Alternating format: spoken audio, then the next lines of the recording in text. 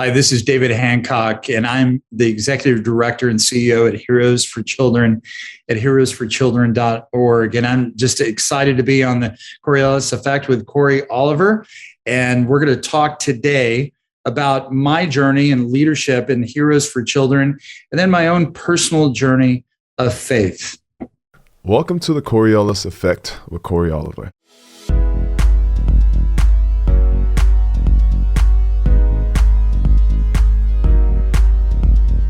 Hi guys, I'm Cory Oliver. Thanks for watching the Coriolis Effect. Please hit the subscribe button below, and we hope you like this episode. Hi guys, we wanted to announce that like many podcasters, we just started a Patreon account. Visit our page at patreon.com/the Coriolis Effect. We have 5 different levels of membership and offer early access to episodes, behind the scenes footage, bonus episodes, shoutouts, and much more, including personal phone calls, questions and answer sessions, and live chats with Bob and me. That's patreon.com/the Coriolis Effect. Good morning, Bob. Good morning, Cory. How are you? I'm really well. I'm doing well. And I'm super excited because today we have your daughter in the studio / her room. Back in her bedroom? Yeah. Yes. In her studio / her room. She's visiting, right? And she's in the green room right now. We do not have a camera in the green room. So, but thank you, Sam, for being here. And you can absolutely 100%, if you have any questions for our next guest, you are free to ask. Pop in, say up. Something. I'm happy to have you here in this room. So, okay. And yes, it is. 106. There's no mic on Sandy. She doesn't talk. She gets it from you. She has a great sense of humor. She's already had me rolling. I want to talk for 1 second about this little booklet that I got when I took the trip to, with Ariana to, the Independence Hall in 25 years ago? No, it's actually the Constitution of the United States. Yeah, it's right here. Like 15 years ago, right? Yes, I did, and I keep this on my desk because I'm constantly reminded that of this. And is it the Constitution, the printing of the Constitution? Yeah, it is the Declaration of Independence. Well, that's not the Constitution. Okay. Well, which one's which? Anyway, on the back of it, it says. Oh, by the way, history buff Sammy. When was the Constitution signed? 1770. That's the Declaration of Independence. When was the Constitution signed? Cory, don't look. Cory, when was it signed? Well, I actually was just talking about this, but when was it signed? I don't know, when was it signed, Bob? 1783. Oh, 1783. Wow. They had to win the war first. Mm-hmm. I was close. Well, I just love this because it has, a little section here on preserving the principles. Right. It has a section on guarding virtue and freedom. It has a section on educating the people. And then on the very back of it, it has a little spot for you to sign it yourself. And it says, I, as one of we, the people of the United States, affirm that I have read or will read our U.S. Constitution and pledge to maintain and promote its standard of liberty for myself and for my posterity, and do hereby attest to that by my signature. And I would encourage anyone right now that is struggling about where we are in the world to just pick up a copy of this and read it and stand for it and fight for it, because they're being quickly dismantled, and it's a document our nobody in Washington pays attention to. It's unfortunate because, as I've said in previous interview, I was able to sign a copy of it. It's not the actual one, obviously, but a copy of it. And there were books and books and books and books. If you got the original. Who the heck is Cory Oliver? I know. Well, people are probably saying that now. Yeah. Who is she? But you can go and sign a copy of it. And there was something that happened physically when I signed a copy of the Declaration of Independence. It brought history to life for me. I didn't get to go when I was a kid. And I've been through Independence Hall 50 times. I know. Well, it was first of all, Sammy, when you and I went, it was open, right? When you and I went, it was open, right? We didn't have to do a tour. Yeah, you could just walk in. But if you go in if you go in July and August, you have to schedule a tour to so many people. We went in February, and you literally just walk in. You can walk into the room where they signed it. You walk into the courthouses, it's right across the hallway. So it's pretty cool. Very, very cool. But it is a great way to connect with history. So anyway. And it's a shame because the bell used to be out in Liberty Square. And as a kid, you climb all over it. Now it's under glass and it's, ropes and everything, can't get anywhere near it. Right. Yes, I know. So anyway, so I took Sammy to Philadelphia. You were 10, right?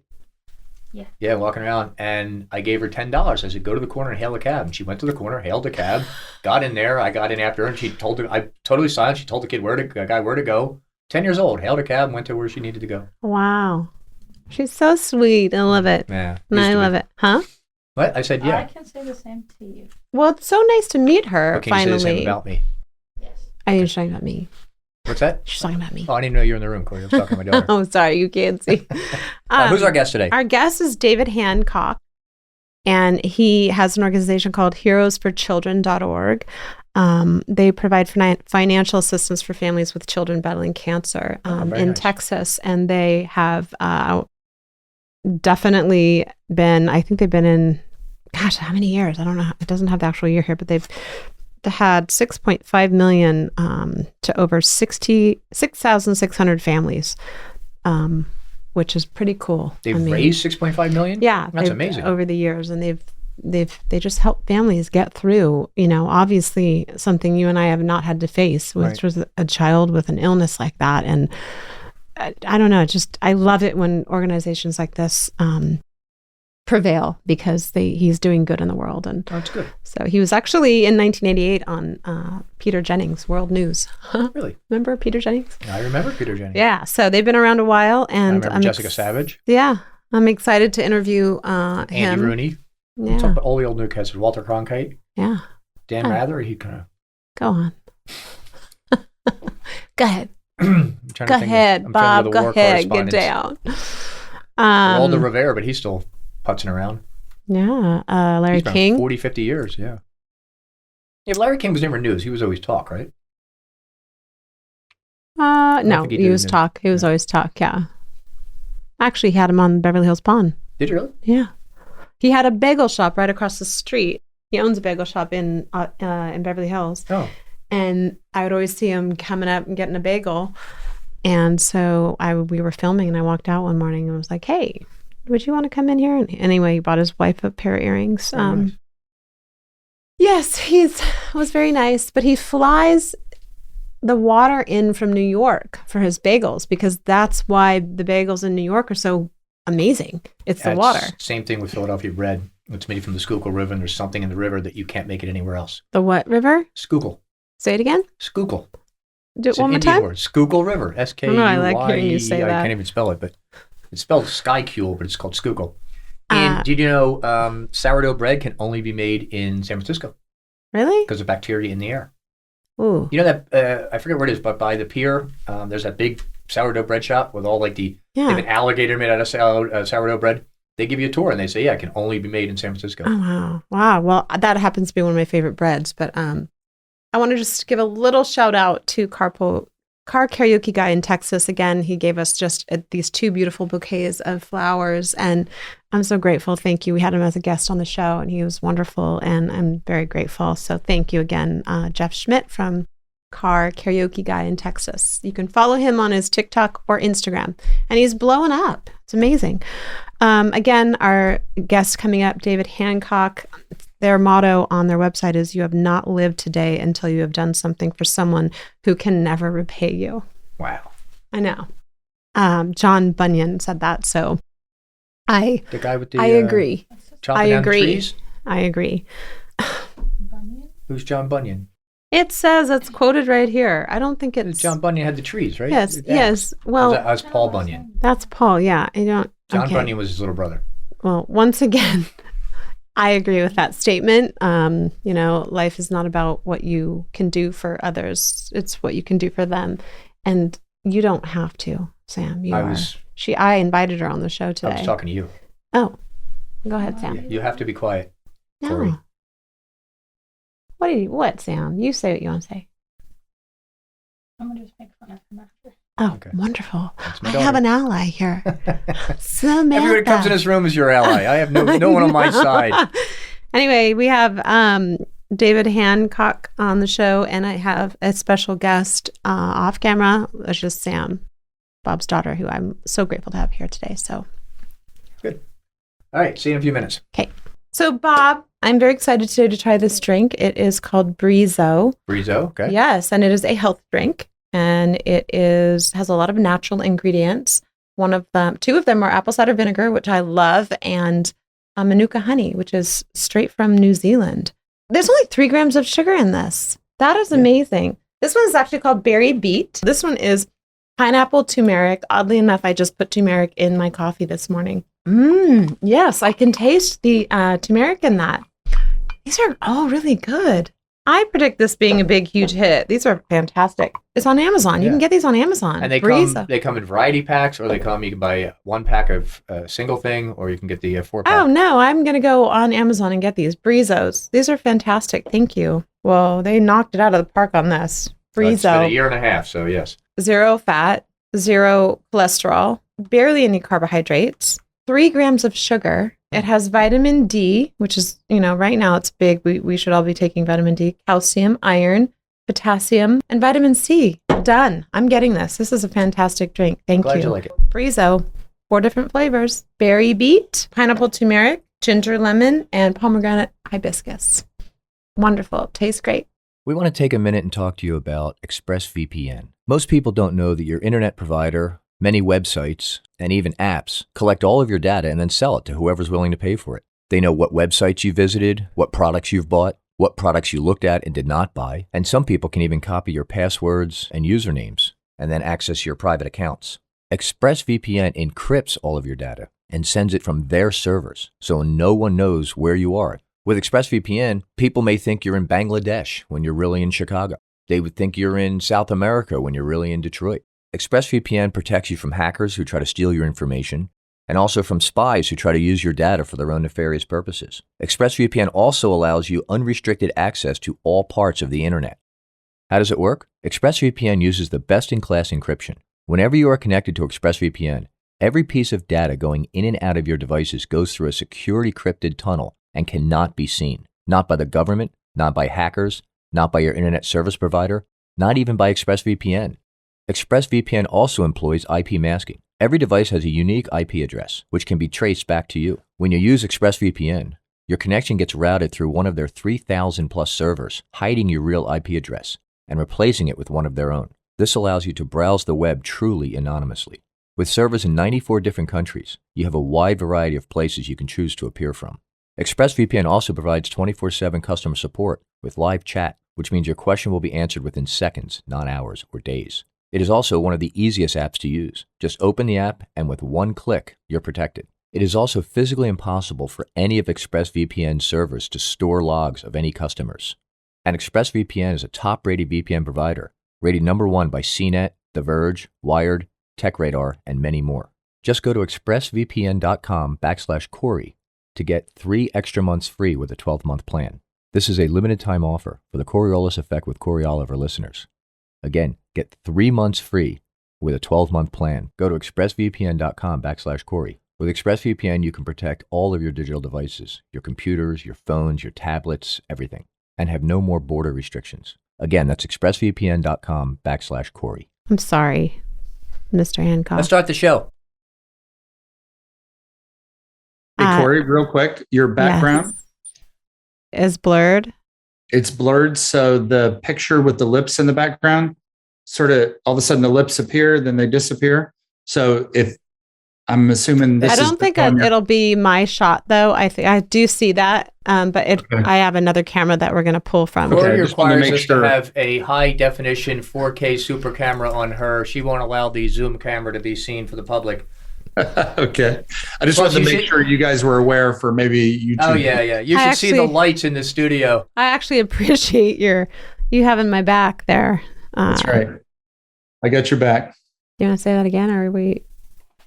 We started, right? Yes, we did. So today we have a special guest, David Hancock, on our show, who is a representative from heroesforchildren.org, which is an organization that provides financial assistance for families with children battling cancer, and it's in Texas. And I was going through the website last night, and I was in tears, which is no surprise because I'm a very sensitive person, but this is just an incredible organization that I would like to talk about with you. So welcome to the Coriolis Effect. Well, thank you, Cory. It's an honor to be here. and I'm passionate about our organization. So I'm excited to share stories and what we do, our mission, and how it's come about. And I think you'll really enjoy it as well. God bless you, Bob. You. One of the things on your... I sneezed twice, right? God bless you twice. Two That's times. Right. One of the things on your website, on heroesforchildren.org, is a quote from John Bunyan, which we read just a second ago in the intro, but it says, "You have not lived today until you have done something for someone who can never repay you." That's right. And that is, it's for me, it's so biblical. Whatever you do not do for me, you do not do for the least of me, right? And Right. It's just amazing that you guys have been doing this for, as you said, 17 years. Tell us a little bit about how it started, heroesforchildren.org. Oh, sorry, I'm getting waved down. I've got a word of the day that we're supposed to get through. So this word of the day is for you, and you have to guess what it is. So every episode we do a word of the day. This one's a phobia, and you have to tell us what the phobia is of what the phobia is. All right. Kapela. Okay. It's capelophobia. Kapela phobia. Capelophobia. Capelophobia. Oh, my first reaction is a phobia of fraternities and sororities in the universe. That's a good guess. That's a very good guess. That's a very good guess. I would say fear of capillaries. Okay, so where does David live? Texas. And what do we know about Texas? Everything's big. And what do we wear in Texas? Hats. Fear of hats. The fear of hats. The fear of hats. Yes. Wow, you Okay, couldn't I'm think gonna of remember anything this. else. You had to dig deep on that. That's good. I would have been guessing for hours on that. Yeah. I know, right? Oh, that was a good one, Bob. Thank you for that entertainment. Yes. We have all the buttons here, all the bells and whistles, which don't even compare to the ones that you guys have at heroesforchildren.org. That is an incredible Do they have this one? mission. Bob. No, in and of itself. And I want to talk about that because there's a few aspects of this organization that are, all of them are amazing, but I'll go into them. But tell me how it started, how it generated. We were talking a little bit about this before the show, and it's a great story. So the floor is yours. Yeah, Cory, 17 years ago, like most, I think, organizations or anything that's altruistic in nature really is born out of pain and suffering by a person that goes, I want to make a difference in this world. One of my favorite quotes is from Mahatma Gandhi. He says, be the difference you want to see in this world, which I think goes and reflects exactly what Jesus was always saying, love your neighbors yourself. And our two co-founders, Larissa Linton and Jenny Lawson, what they did out of their struggle, they both had daughters. They did not know each other. And so Larissa lost her 4-year-old daughter to cancer. And then Jenny lost her 10-month-old to cancer. And through their pain and their tears and their grief, they got to know each other like a lot of cancer families who have that commonality. It's most people can't fully embrace or understand from an empathy versus the sympathy unless they've been through that. So they connected, Cory, and what they did is they were really well supported in their family and their friends. And they saw the medical community over here that was doing an amazing job. And then they had their friends and their family that was praying for them, supporting them emotionally, spiritually. But then they saw this gap in between where they saw other cancer families lose their home, lose their car, repossessed, lights turn on because the amount of financial stress and burden that came on those families. And that wasn't their case, even though they lost their child to cancer. It was really that battle that they saw, and they go, we've got to help these families. We've got to do something. So what they did, Cory, is they began to, they had like a small little Bible study and a group of women together, and they just shared their story. And as they shared their story, other women go, we got to do something. So they got together a larger group and they said, well, let's see if we can raise $1,000 and help out one family. And that's really how it all began. And then organically, it is the greatest, it's the easiest selling mission of anything I've ever been a part of, because, you tell another human being that when I tell them what I do, that I get to run this organization that helps families that have a child currently going through cancer treatment, the first thing out of their mouth is, what can I do to help? Mm-hmm. And that was really the heartbeat of how it organically grew. And so they began to develop the connections within the social workers and the hospitals all over the state of Texas, because they knew that that was probably the lifeline to really connect with families. And once they did that, it really took off. And for the last 17 years, it's grown. And now we've given away over $6.6 million and over 6,800 families. And it's just one day at a time, because in the state of Texas, approximately on average, this is an average, about 1,800 families hear that diagnosis for the very first time that your child has cancer, which is about 5 a day. And when you start to think about that, as we're speaking, it's hard to imagine, but as we're speaking, there's a pediatric oncology doctor sitting down with a family and going, I know this is hard, but your child has cancer. And then the journey begins. And that's where we really step in. So that's how it started, Cory. 17 years, it's grown. It's been amazing. I pinch myself sometimes to go, wow, God's really put me in this position to serve these families. I feel like I've never done nothing greater in all my lives. Well, I love that, mainly because, let me tell you something. I've been in an organization called Moms in Prayer for over 18 years, and there's nothing those women can't do, right? I mean, they just, you get them together and they really care for other children and for the community. And so I love how, they've turned their pain into their purpose. And yes. I say that all the time on the show. And you're exactly right. When you can go through something so hard and devastating, truly, that will leave an indelible mark forever. But if you can turn it around and help just one person or one family, or, then they're using it for good, which is, I'm sure was not easy for them, that they're reliving it, but they're also giving back. So thank you for that story. It's amazing.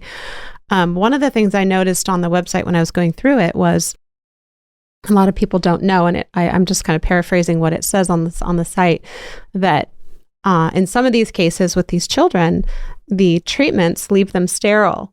And so heroesforchildren.org will come alongside, and correct me if I'm wrong, but assist some of these kids. Not all of them are probably candidates, but some of them to be able to have children in the future. And I loved that. It goes beyond, right?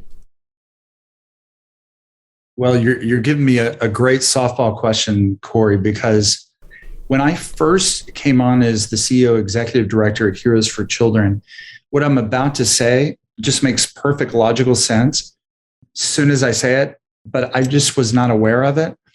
But most teenagers, when they begin, puberty and their reproductive systems are beginning to develop, they're still, it's still young, it's still vulnerable. So if they get diagnosed with cancer and they begin chemo treatment, a majority of the time, if not all the time, depends on what cancer and the amount of treatment, but most of the time that will make them biologically sterile.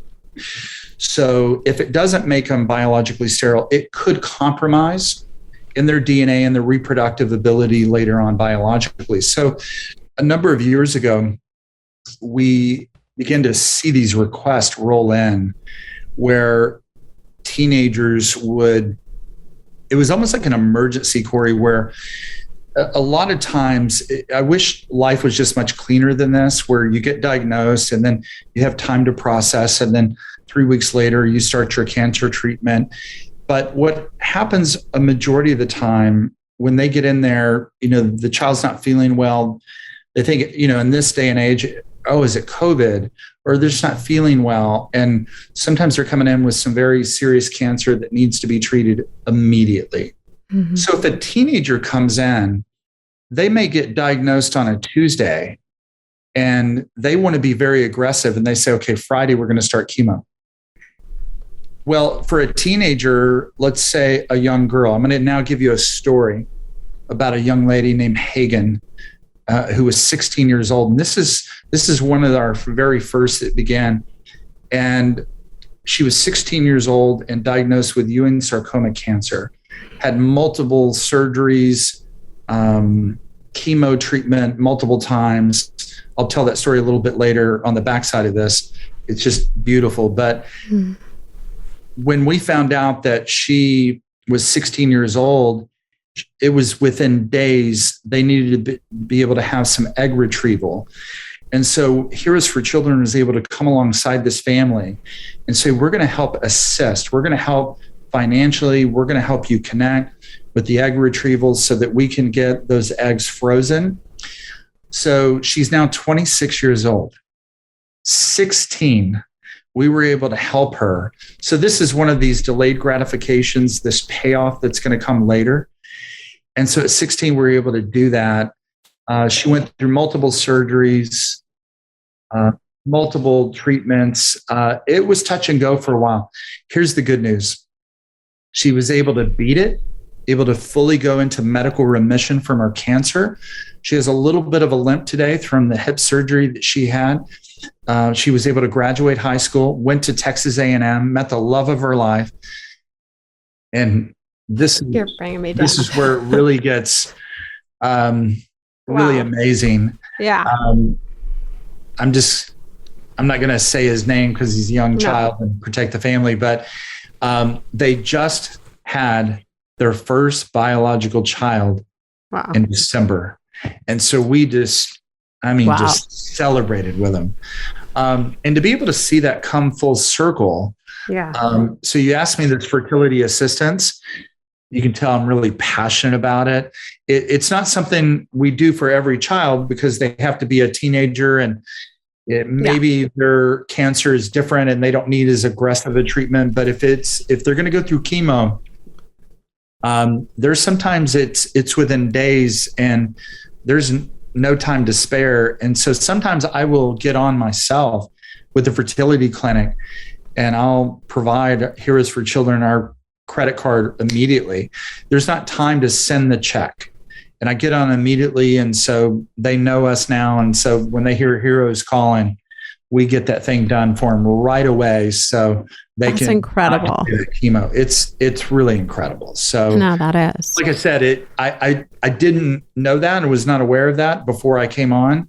But I mean, as soon as I explain it, it just makes perfect logical sense. So that's one of our assistants and programs that we provide, and it's a beautiful thing. So yeah, that's such a beautiful story. I did not know that story. That was one of the things that stuck out when I was going through the website. And as a mother myself, that would be one of the first questions. Going into all of that, their future. You want your kids' future to be. Yeah. So that's beautiful. Thank you for sharing that. So tell me then, you have been involved for how many years? I've actually been involved as the executive director for the last 2 years, okay. Leading the organization. But the story that I just told, Cory, that's actually how I got introduced years ago, because the story I'm telling about is one of my best friends. And he began to tell me years ago about this wonderful organization called Heroes for Children. So I've been sort of introduced. That was my first introduction, and began to see from their eyes, from my friend, they began to just share, just passionately about this organization and how much it meant to them to have someone come along and not fight alone in that arena. And so that's where I'd been in nonprofit work for 25 years.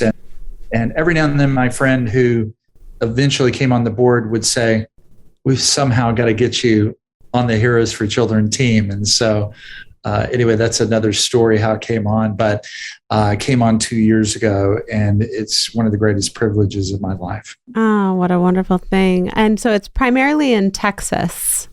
You serve the Texas. We're only in Texas right now because it started off, like I said, as a small group, and then now we're statewide, and we are plugged in to all the major hospitals in Texas, like Children's Health, or a lot of people know MD Anderson, one of the cancer flagship hospitals in the country down in Houston. But we serve about 20 major hospitals, and we really work through the hospital system. Just operationally, it's really simple, but it's actually complex.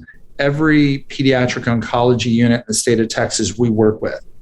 So, there might be someone out in the rural section of Texas, but they're not those doctors and the services there. So they send them to major cities like Dallas, Austin, Houston, San Antonio. And we work through the hospitals and the social workers there. So though the social workers don't get paid from us as a nonprofit, they get paid by the hospital. They're really the backbone of what we do, with over 70 social workers statewide. So sometimes someone may look at our organization, oh, well, your staff is smaller. Well, it's a little bit of a misnomer. Here's our paid staff, and then here's our backbone. Here's our big staff that we work with. Without them, we could not do what we do, because to qualify the families, to make sure that we do have a family that does have cancer. So we have a 100% qualification process. It's really simple. Only the social workers can fill out the application. And that really just helps us, Cory, just sort of weed through the shenanigans of people that try to scam nonprofits and so on. So we have a 100% qualification rate. And so we know that when we get an application and we start working that family, we know 100% they're in need. They have a child with cancer. And so it really creates an efficiency for us to meet the needs of these families. Yeah, and it's also beneficial timing-wise. You don't have a lot of time in some of these cases to do all of that work. So, if I can, let me speak to a timing. We're really, really proud of this. Our efficiencies. We've really moved into now what I call the real world digitally, and our efficiencies. We're leveraging technology to really reduce our time to get these resources to families. So we average from the time we get an application to the time the check gets cut, 5 to 7 days. So our social workers tell us, with all the other wonderful nonprofits with their particular niches of what they do, that they tell us all the time, your resources from the time we make the application, the time the check comes to that family, is 5 to 7 days. So we're really proud of that, because we just know the need is so great. Sometimes they can't make their car payment, or maybe a mortgage payment, or a rent. And so those things are timely. So to get those things out, this is one thing we're extremely proud of as an organization, getting those out to the family, because they need them yesterday. Oh, absolutely. Now, I would mention earlier, you're just in Texas right now. Do you have a goal or a vision to expand to other states? Because as I said, I'm a Moms in Prayer area coordinator now. And there's a woman by the name of Fern Nichols that started this organization. And she originally just wanted to pray for her kids at school.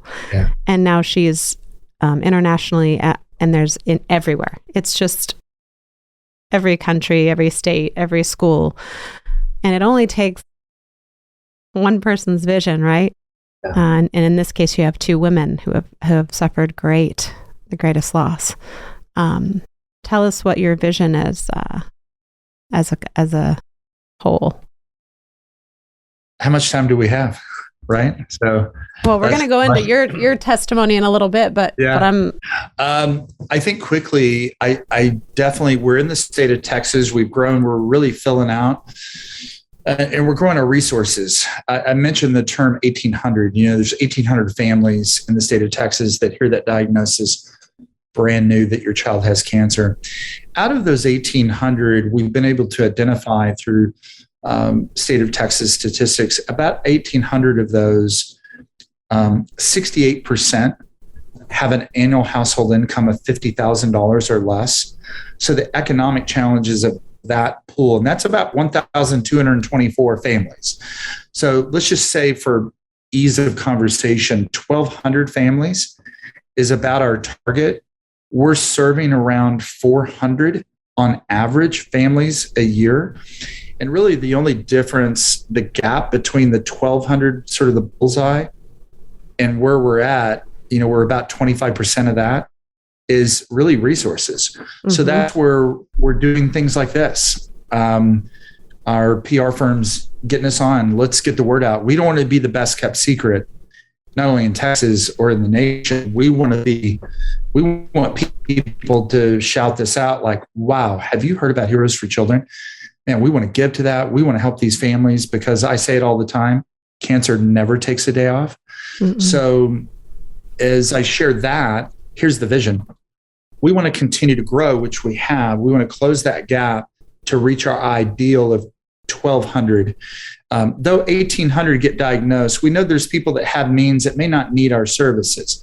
So we think the 1,200 is the reality, and I think the bullseye. Now, with that said, Cory, and it's a great question, we want to grow that. As we grow that and close that gap, I have my mind on what I call the TOLA region, surrounding states that connect with Texas. I think that's probably a next step. Mm-hmm. But best laid plans of mice and men, right? If there's a need, we think we have a model in the state of Texas, being the second largest populated state in the country behind California. And we think we have a model here how to work within the hospitals and the social workers that can be replicated. So in my mind's eye, when you ask about the vision for the future to potentially grow that, as we grow the gap and meet the ideal need in Texas, I think the regions around our state, because that seems to make a lot of sense, but also maybe to create maybe state chapters of Heroes for Children, because the model that we're using, we think can really be replicated.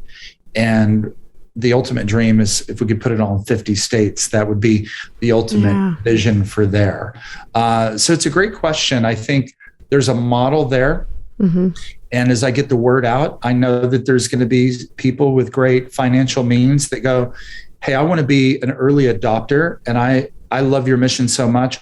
What would it take?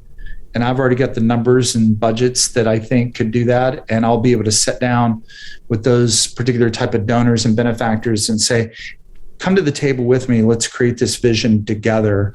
And someone could do something from a philanthropy standpoint in an altruistic way, something that could be a legacy forever. So that's a dream of mine. And so I share that dream now, because maybe in your tribe of listeners as well, maybe there's someone out there when they listen to their hearts fluttering and they have some means and some connections that go, you know what? Let me talk to David, Heroes for Children. Maybe I can help. So that's sort of the vision, to grow it for the future. And that's why I asked, because I think it's so necessary and so, timely, obviously. That's so great. I love it. And I'm just going to say this. It's a total side note. We have a mutual friend / you couldn't have a better person for your team, Hope Diamond. Oh yeah. I've known her for years, and she really truly cares. And so, and always works for a mission that's worthy. So I'm very grateful that she connected us. Yes. I would love to just for a minute, or however long you can, segue a little bit into your testimony. I know you have one. And here on this show, I love hearing about people's testimonies, because that makes the world go around, right? Well, it's a great question, Cory, and I'm honored to give the testimony. I wouldn't be able to do what I'm doing now if I really did not have that connection to God. I'm driven by that. I'm wired that way. When I get up in the morning, I want to be able to make a difference in this world. And I think a lot of people do. I just have the incredible privilege to do it.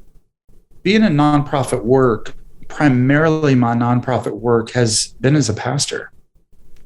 And so, but let me move to the original question, and that is the testimony piece. I am really sort of this anomaly when it comes to people entering the ministry. I'm born and raised right here in Dallas, Texas. I have the most wonderful parents, whose anniversary, by the way, was yesterday. Oh, happy anniversary. They loved me always. I didn't come from this broken home and drug infested. I had the most wonderful parents, so loving. My dad, retired Dallas policeman of 35 years. His last 10 to 12 years, he was the SWAT team commander for the Dallas Police Department. My dad growing up, and starts to answer some of the context of the question, was really hard on me. He loved me, but it was like being raised by Dirty Harry Clint Eastwood. I mean, it was like being raised in the military. My mom was a teacher and counselor, so I had the most incredible parents, but we did not have a connection of faith, which is really ironic. Wherever the belt buckle, the Bible Belt is, you can ask a lot of people. Some say Atlanta, some say Birmingham, some say Dallas. But here in this sort of Bible Belt area, there's churches on every corner. But I didn't ever go to church. I had no concept of faith, no concept of God. So really, I was functionally an agnostic atheist. I don't think I ever would have said I'm an atheist. I would have said, I think there's a God somewhere. Never a pursuit, no concept. So with that said, when I was 15 years old, I had several friends, and my friends and I were popular in school. We were the captains of the football team. We were all being recruited to play Division I college football. Homecoming king, and all these things, and great grades. And if you looked on the outside, you probably would have looked at David Hancock and said, he's got it all. I mean, at least from the high school perspective, hey, I'd like to be like him, because from the outside, it seems like he's got it all together. But on the inside, I was dying. I'd always had this very intellectual side to me, where I'm constantly looking for meanings, and I'm looking for cause and effect. So at 15 years old, my friends and I, we had been doing drugs, I don't want to say quite a while, for several years by the time we reached 15. So at the age of 15, now we're getting close to 16. We've been doing this a couple of years. We really got bored of it. So what we did is we started to escalate the drugs. And one night we're sitting at one of my friend's house, and instead of partying, we sat around, we're passing around the bong, and we are going to have a night. But we're sitting around, and we're always having these philosophical discussions. My friend, who originally ultimately went to Princeton, he began to raise Friedrich Nietzsche's concept that maybe God is dead. And he said, what do you think? And we started talking about this. And we didn't know what we were talking about, but here we are, just high as a kite, drinking beer, and we're going around and we're having this existential philosophical conversation about the meaning of life. I sometimes say we were trying to look for the fountain of youth. So this conversation really spurred us on, Cory, to really search for something outside of ourselves. So the following Friday night, we came back together, started passing around the bong, getting as high as a kite, and doing other things.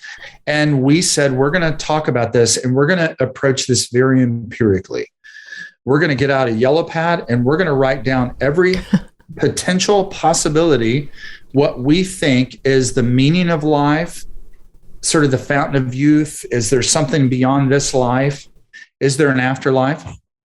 So we began to write down everything, and we filled up 2 full pages of 2 columns, just every thought. So it was this brainstorming session while we were very intoxicated in many ways. And we put down this list and said, okay, now here's our experiment. We are going to choose one of them a piece, and we're going to start checking off this list.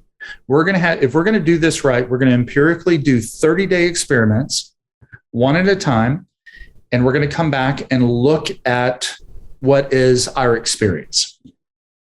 So this is crazy to say this, but this is just the reality of what we did. We did all that. And so Mike, Jeff, and myself, we chose our very first 30-day experiment. So Mike chose cocaine. He had never done cocaine. Neither of us have. So he chose cocaine with the potential assumption that maybe a higher drug. And back in the 80s, that was sort of the going thing. So maybe if he tries that, it could lead to some level of enlightenment. We laughed and said, we don't think so. It may be a great high, but we don't think it'll be enlightening. But okay, if we're going to do this, we got to do that. So Jeff's turn. I was last. Jeff said, well, I want to have sex with as many women as I can. And of course we laugh and said, okay, yeah, of course you want to try that. So he said, I think this could be very fulfilling. And we said, okay. And they come to me and they're just anticipating, what is David going to choose? I didn't want to do the sex route. I didn't want to do the cocaine route. I was like fearful of both of those. So I played it safe and I chose on our list, morality. So that was mine. I am going to be the best moral person that I could be. No words are going to come out of my mouth. I was dipping a can of Copenhagen every day. I'm not going to do that. I'm not going to drink. I'm not going to do drugs. I'm going to try to be, I'm going to tuck in my shirt, just anything I could think of that I thought would make me a cleaner, more moral young man. Mm-hmm. So we set off for 30 days. And here's what we said. We are not going to connect with each other. We're not going to party with each other. We could not have contact except for saying hi in the hallways. And you guys are 15. Friends. You're 15 years old and you decided to do this experiment. Wow. Yeah. So we did this experiment. We set a date on the calendar. And in those 30 days, we would come back, fire up the bong, have all the alcohol, and we would come with our revelations. So we came back 30 days later. I could not wait to hear what they had. Mike goes first. And here's what he said. He said, I've done cocaine many times in the last couple of weeks. He says, it's the most incredible drug I've ever had. He said, but I came down.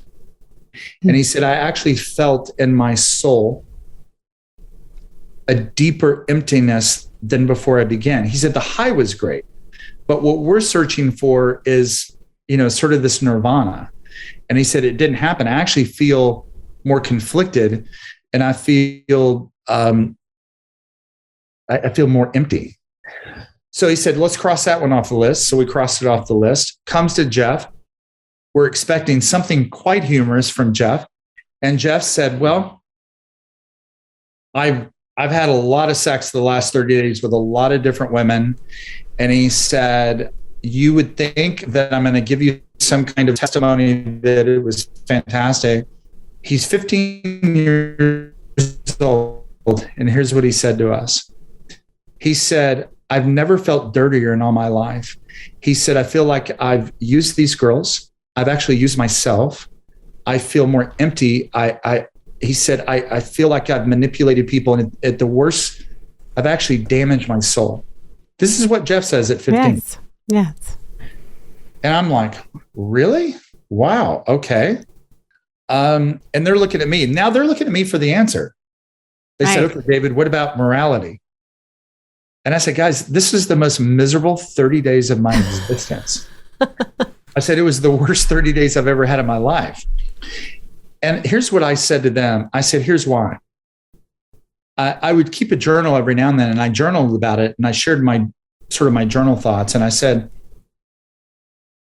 I know I'm empty, and I know I'm aimless in my soul. And without any kind of escape, I had to confront the existential crisis that's going on within me. And it was ugly and it was empty. And I said, it's not morality. That's for the birds. And so now it was this game on. We had this whole list. What are we going to do? And by the way, we had Christianity, we had Buddhism, we had everything that we could think of at the time.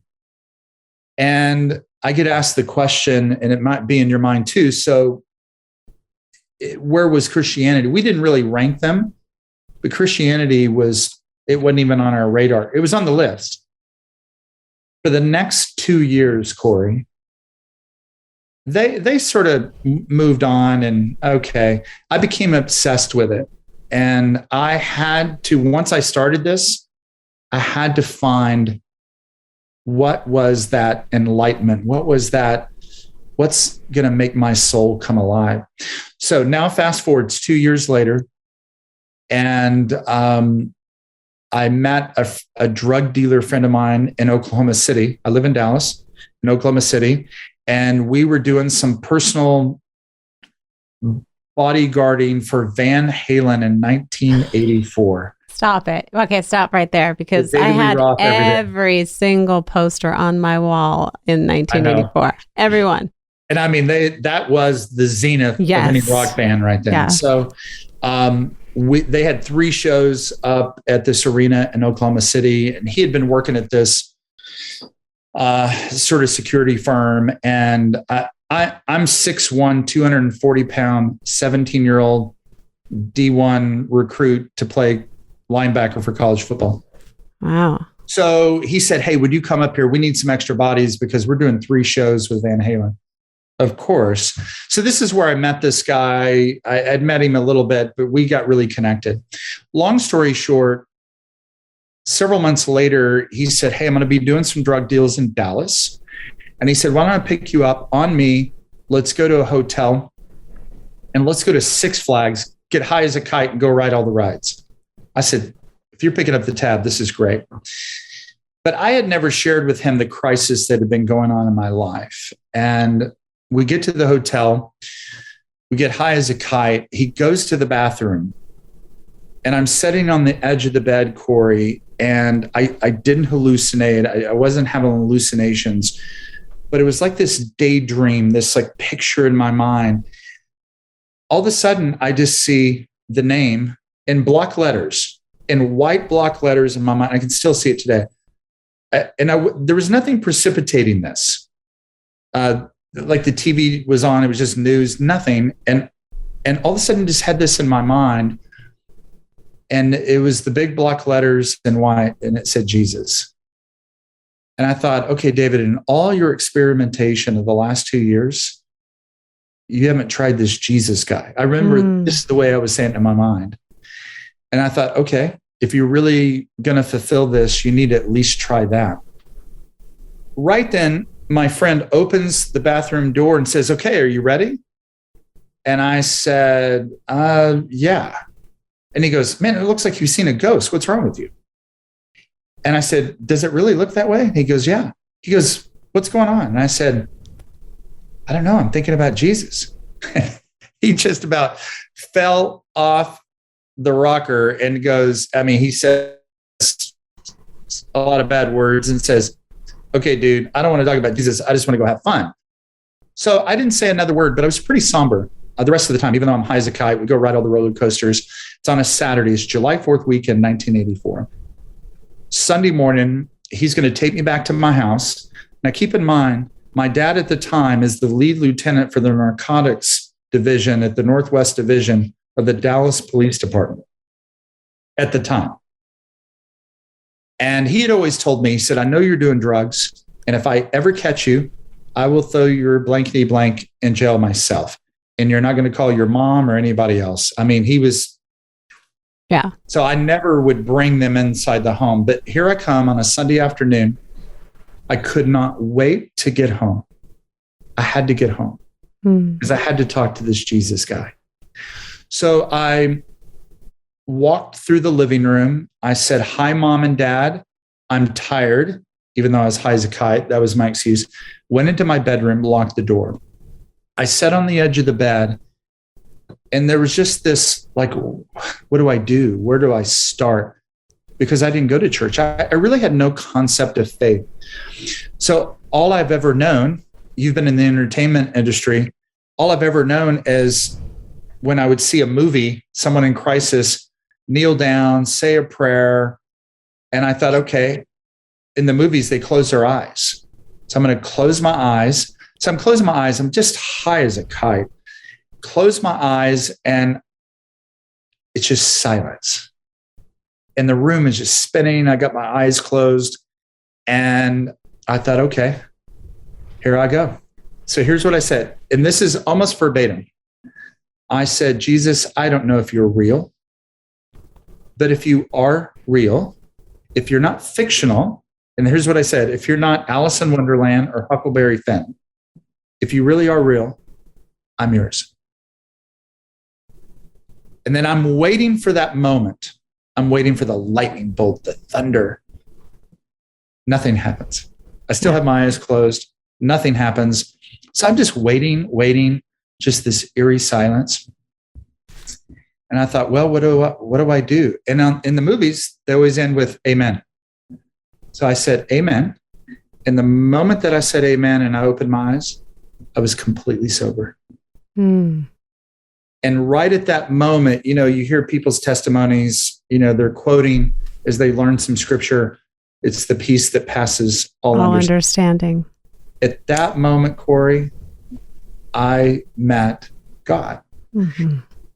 And I had that hole and that existential crisis filled immediately. And here's the irony of this. I'm there and I'm excited. Now, at first I'm thinking, oh, wow. What was this laced with? Because I've gone into a different dimension, right? And I'm just like, this is crazy. And I really realized I just had this transformation, but I didn't know what to do with it. I walked out to my parents and I said, Mom and Dad, could you turn off the TV? I got to tell you something. So I began to share with them what just happened in the bedroom. My dad turns to my mother and said, he's bona fide crazy.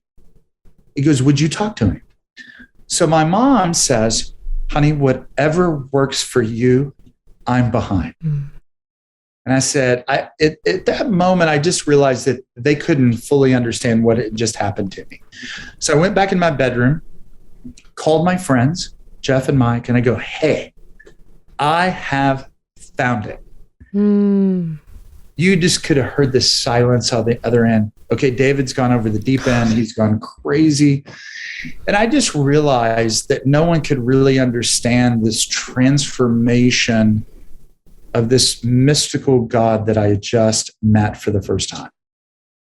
So it was in the middle of the summer, 1984. I'm going into my senior year. And I was the captain of the football team, the party animal. And I didn't go out and party the rest of the summer. It was about a month later, I'm at a garage sale with my mother, and there's a Bible for 50 cents because we didn't have a Bible in our home. So I got a Bible for 50 cents, got that. The first scripture that I ever read, Cory, was, I would not recommend, this is Bible study method and hermeneutics, but I just laid it open, and where it fell open was James chapter 1. And it says, if any of you lack wisdom, ask God and he will give it. I didn't read the next verse that said, if you doubt, you're like a double-minded man tossed by the waves of the sea. I just read that one, closed the book and said, okay, you answered my first prayer. Here's my second prayer. I need wisdom. So for 4 months, I entered in my senior year. I'm carrying my 50-cent Bible that I got from the garage sale. People are they don't know what to do, because everywhere I went, I shared my testimony. And I said, hey, I got to tell you this. I've got drunk with you. I've been getting high with you. You need Jesus. And I'm just going crazy. And they thought I'd lost my mind. And that transformation is where I began to really see that God had changed my life. I was completely different. And that's, Cory, where I wasn't even going to church. I didn't know I was supposed to. I didn't know anything about different denominations, anything about church. So I didn't even go to church. I was just living and breathing God every day. it was like this incredible honeymoon of just this mystical, intimate connection with our Creator. It was fabulous. And that is how I came to know God. And I'll share one thing and then I'll turn it back to you. After those 4 months, in a pep rally of 2,000 students, is the captain of the football team. Just so happens that my head coach asked me to speak and sort of get the crowd all riled up. And I did. In the very end, I said, but some of you have seen that I'm very different this year. And I want to share with you what happened. And I shared in the pep rally. You could have heard a pin drop. And so I said, if any of you want to come and talk to me after this about God, I'm going to be right over here. I hadn't even gone to church at this point. And there was a youth pastor in the pep rally. And he had come over to me and said, wow, that was incredibly bold. Would you come and share that testimony to my youth group? And I said, sure. So it was a Southern Baptist church. And can I say bad words on this? Yeah. Okay. I just want to make sure. I mean, we don't judge. Okay. All right. So I'm just keeping it real. The very first speaking engagement, I go to this Southern Baptist church. It was the largest church in my city.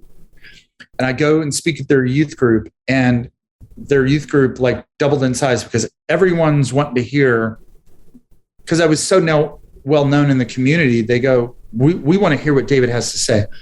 So it's a packed crowd.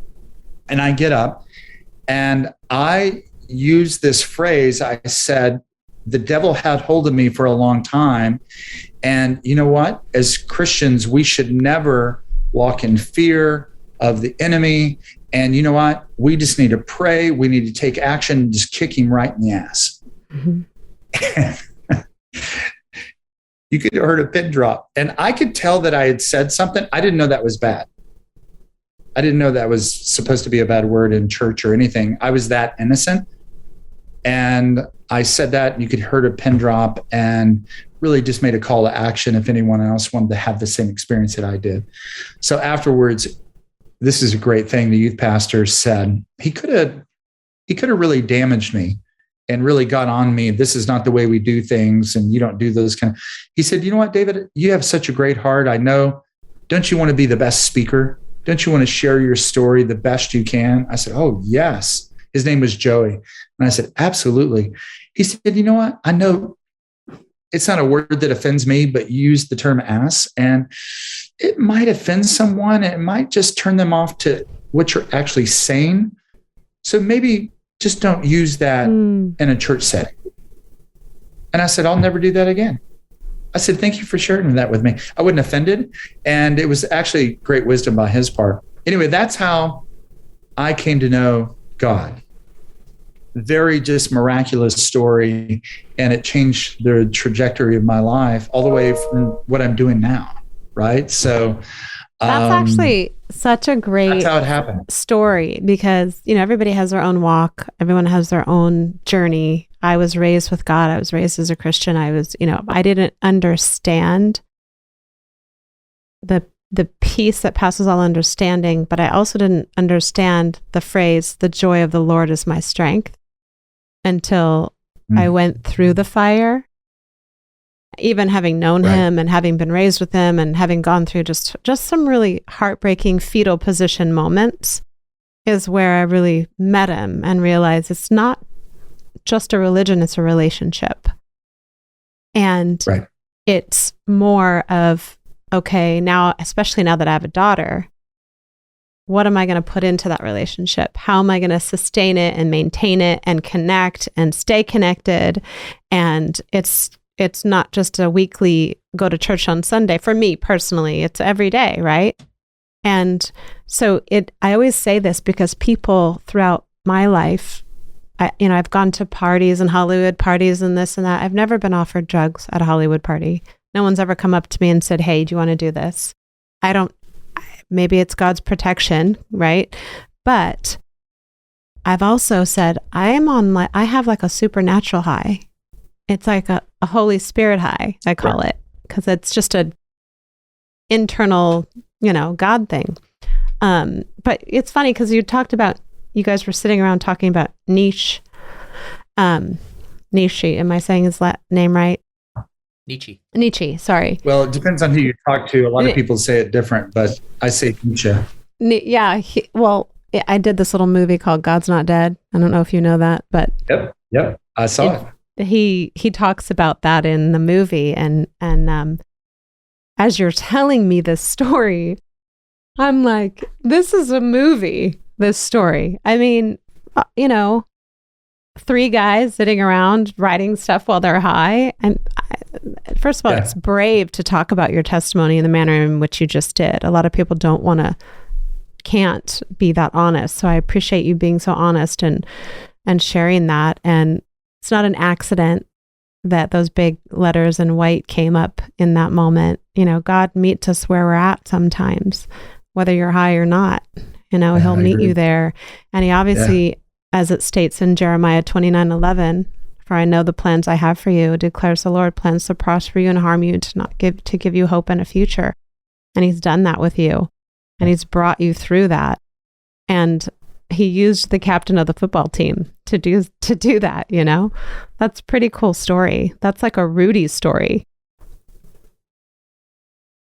Yeah, it really is. Sometimes when I share it now, it seems like a movie. It seems surreal, like, did that really happen to me? But I can just instantly go back and share. It's funny sometimes.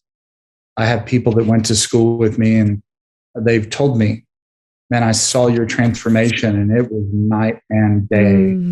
And there was a number of people that got inspired by that and cleaned up their life, and several went into the ministry as well. And God used that. And so it was my mom and dad, who I love dearly.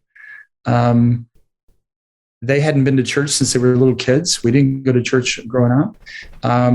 I'd been a minister for 25 years, and I had started a church. I'd been in some traditional churches and senior pastor in those churches, and I wanted to start my own church. And so I had started this church. I'd asked my parents if they would come, and you'll hear the good side of the story. They were never mean, but I would ask them, hey, I'm going to go speak at this church, or hey, I'm going to do this. And they would say, hey, son, we love you, but that's just not really our thing. Appreciate the invite. Maybe we'll come. And so at that point, my parents had never come and heard me speak for years. I'm now, at this point, 40 years old. And I was asked to speak at this very large church that was going to help sponsor this church plant that I was doing. And big, mega church, 3 services. And I'd asked them to come and if they would like to, and they respectfully declined. And it was always respectful. It was nothing like they were bitter against God. It was just, that's not our thing, and appreciate it. We love you, son. And I had asked them a couple of weeks prior, but no, none of us knew that my mom was going to be diagnosed with stage 4 ovarian cancer that following Thursday. And so she got diagnosed, and we were going through that, and I was speaking that following Sunday, and my parents actually came and heard me speak for the very first time. And I didn't know it. I'm up on the platform about 2 minutes in, and I'm looking to the right, looking in the middle, and all of a sudden I look over and I see my parents. And I saw it on tape. There was this pause. I don't think a lot of people caught it, but for me, I'm like, they're wow. Here. Yeah. And I was going to have a group meeting a couple of weeks for those that want to help join our startup church. And all of a sudden, my mom and dad, unbeknownst to me, come in. And ever since then, about a year and a half later, we were having our first big baptism service, and baptized my father a year and a half later. And now my mom and dad are full of faith. It's just amazing. I never would have thought I ever would see that in my life. And my dad and mom are my best friends, and they're, Now here's the real irony, Cory. Sometimes when I'm down or I feel like my faith is really low, it's like my parents are encouraging me now. So it reminds me of the verse, though it tarry, wait for it. Though it lingers, wait for it, right? Yeah. That's so good. That's so it's good. It's almost like when I finally sort of gave up in my prayers, it seems like when I gave up and just sort of, okay, God, I'm just going to, you do the work. I think I've put enough prayers in the queue. And sort of when I finally just sort of backed off God was still working and still did the work. So it was amazing. So that's an incredible testimony. And just to bring it back around, Heroes for Children couldn't have a better, bigger, amazing hero, more hero than you. That's amazing. That's incredible. I love that. I love testimonies. Bob knows this. I think, I always say this, we all have a test that can become our testimony or a mess that can be our message. And it sometimes takes courage to share that. So thank you. We do like to end our show with 3 questions. Bob, I haven't heard much from you. That was an incredible story, huh? I've been fully entertained with the speech and what's going on. It's a very engaging interview. I know. I'm just blown away. I didn't expect that today, so I'm really very. I don't know. I love that. It came around with your parents, and that was one of my questions: was how did that, turn out? But God works all things together for His glory. And doesn't waste anything, huh? No. Doesn't waste anything. And that's why I feel like, you mentioned coming back full circle to Heroes for Children. Honestly, Cory, I feel like I do more pure ministry than I've ever done. I hope this doesn't come across negative, but sometimes in the church world, there's lots of dogma, there's lots of politics, there's, a lot of these things. But I feel like now it's like God almost prepared me for what I do now, because I feel like I'm living out Matthew 25. Where were you when I was hungry? Yes. When I was in need, when I was in prison? I feel like I'm living that out every single day. Yes. With what we do. People that are at their deepest amount of grief and pain. I was down in Dallas last night delivering a check to this family, 14-year-old girl that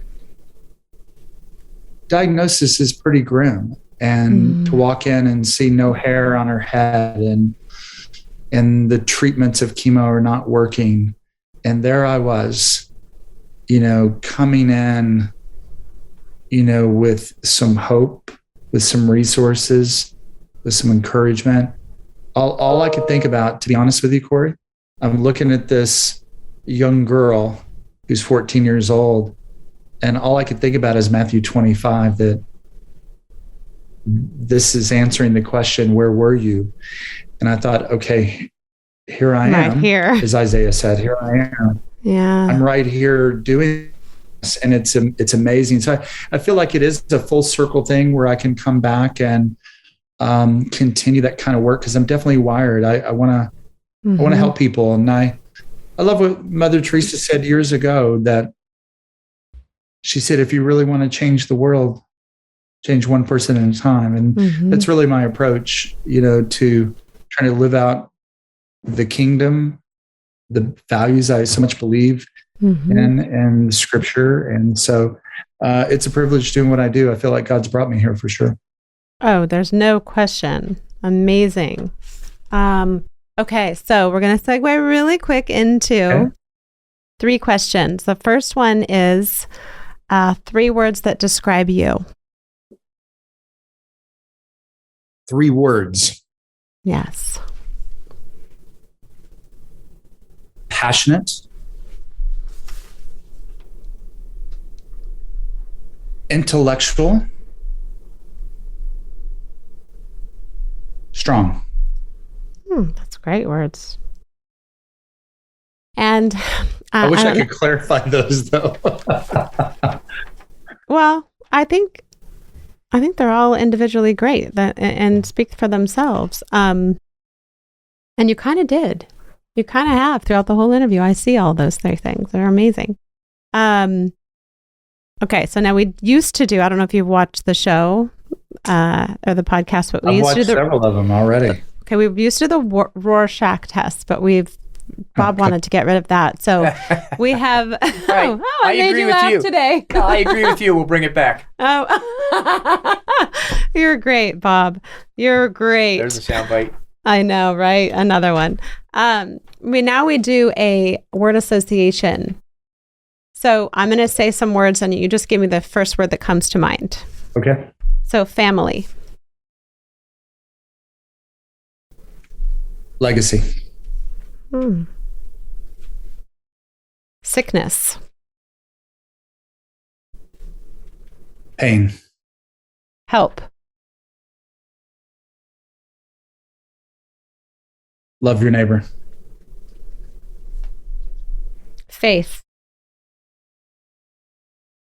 Mystical. Teenager. Pain. Right?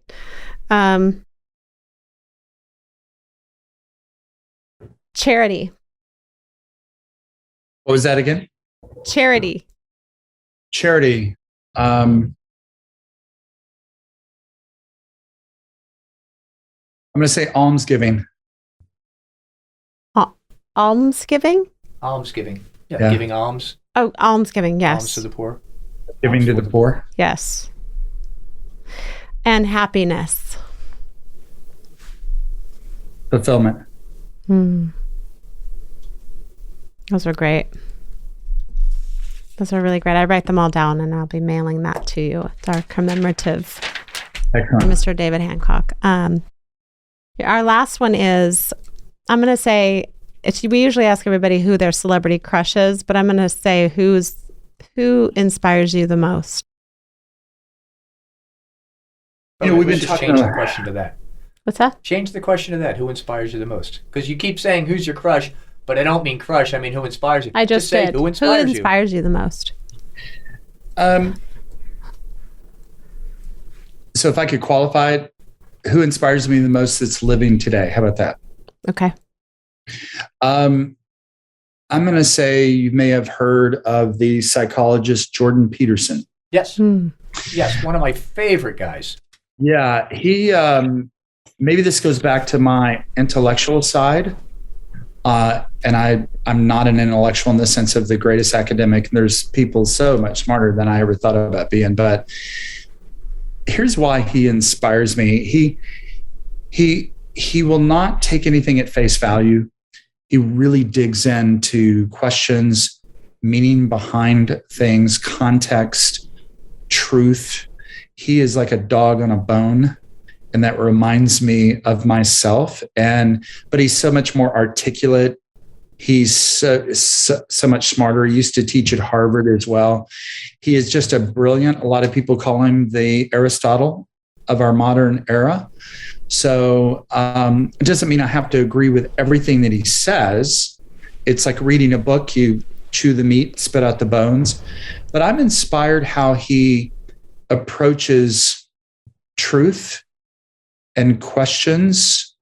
And that's very inspiring to me because I think in a very social media surface level soundbite world that we've lost depth and context of most things in our society. And I'm greatly challenged of how he searches for truth. You can listen to a podcast for 2 hours of him and you feel like it's 10 minutes because you're just like, oh, I want more. The way he frames things. I'm very inspired by his writings, his approach to life and he truth. Also doesn't let people assume in questions. Like they'll say, well, we all know that this is wrong, so tell me about this. I was, well, no, how do we know that's not wrong? Or how do we know that's wrong? He'll reframe the questions for people, absolutely. Which I think is brilliant because sometimes people ask you questions, back in Judaism, You'll see this with Jesus all the time in the New Testament. We're used to a very Western Socratic method, Q&A, question and answer. But in the rabbinic way of discourse, it was question for question, which takes a much higher level of reasoning. So if this would be a good challenge for all of us, and I've done it many times. And once I say this, you're going to see it over and over. You'll see the Pharisees or anybody else come to Jesus, and he doesn't get into a Socratic method. Being a rabbi and Jewish, he goes in the rabbinic method. He receives a question, he processes and his answer is actually a question. Mm-hmm. So it's question for question, which shows a higher level of reasoning because he reframes with another question, which shows the quickness of how he's processing. And I love how, as you said, Robert, the framing of questions and reframing questions. My boys ask me very difficult God type of questions all the time, and I reframe them for them because their question is too broad. It needs to be more narrow in order to really deal with the subject. And we'll explore a lot. But I'll ask them questions over and over, and they just want an answer. So definitely, Jordan Peterson really inspires me today for those reasons. That's a great answer. I've seen his stuff. He is great.